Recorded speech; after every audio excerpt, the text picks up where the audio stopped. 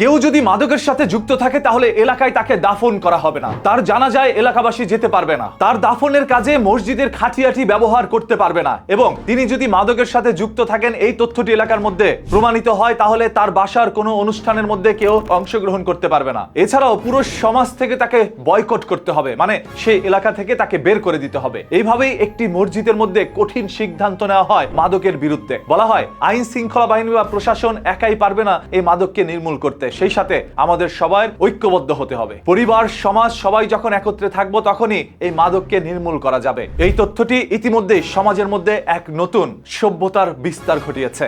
যদি আসলে এটা করা সম্ভব হয় তাহলে হয়তোবা মাদককে নির্মূল করা যাবে। আপনি শুধু চিন্তা করে দেখেন, আপনার বাবা শুধুমাত্র মাদকের ব্যবসা করে, এই জন্য সেই এলাকা থেকে আপনাকে উচ্ছেদ করে দেওয়া হয়েছে। আপনার বিয়ে বা যে কোনো সামাজিক অনুষ্ঠানের মধ্যে সমাজের কোনো মানুষ অংশগ্রহণ করছে না, সমাজ থেকে আপনাকে বয়কট করেছে। এছাড়া আপনার বাবা মাদক ব্যবসায়ী যখন দুনিয়া ত্যাগ করলো তখন মসজিদের খাটিয়াটা পর্যন্ত ব্যবহার করতে পারছেন না, মসজিদের খাটিয়া আপনার বাবাকে রাখতে পারেননি। মসজিদের কোনো ইমাম, কোনো মাওলানা বা এলাকার কোনো ইমাম মাওলানা আপনার বাবার জানাজার নামাজটা পড়ায়নি। দাফন কাজ পর্যন্ত এলাকার কোনো মানুষ একত্রে হয়ে করেনি। এর চাইতে লজ্জার আর কি হতে পারে? সেই নিলজ্জের দলগুলো যদি এইগুলো বলার পরেও তারপরও মাদক ব্যবসার সাথে জড়িত থাকে তাহলে এলাকার সবাই একত্রে হয়ে তাদেরকে জুতোর মালা পরিয়ে এলাকা থেকে বের করে দেন। সেই নিলজ্জের দল, বেহায়ার দলগুলো যদি এলাকার মধ্যে বসবাস করতে থাকে পুরো এলাকা ধ্বংস হয়ে যাবে, ধ্বংস হয়ে যাবে একটি সমাজ, একটি রাষ্ট্র। এই রাষ্ট্রকে বাঁচাতে হলে এই সিদ্ধান্তের মতো আর কোনো সিদ্ধান্ত হতে পারে না। শুক্রবার 21শে আগস্ট জুমার নামাজের শেষে মধ্যম সোনাপাহাড় দরবার টিলা এলাকায় বাইতুল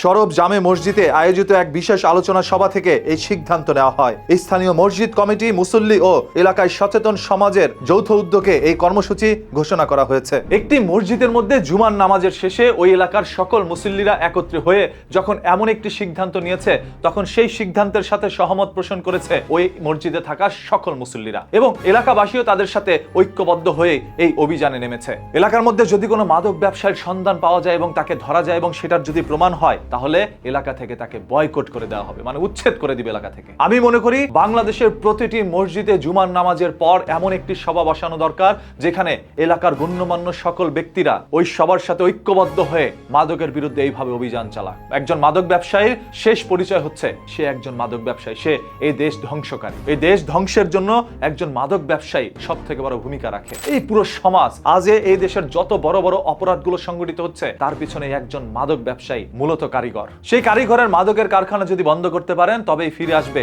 একটি সুষ্ঠু শান্ত সমাজ। এদেশে নিরাপত্তা নির্ভয় বেঁচে থাকতে পারবে আপনার সন্তান। আসুন মাদকের বিরুদ্ধে সবাই ঐক্যবদ্ধ ভূমিকা পালন করি, মসজিদের মধ্যে এইভাবে সভা গঠন করি, সেইখান থেকে সিদ্ধান্ত নেওয়া হোক।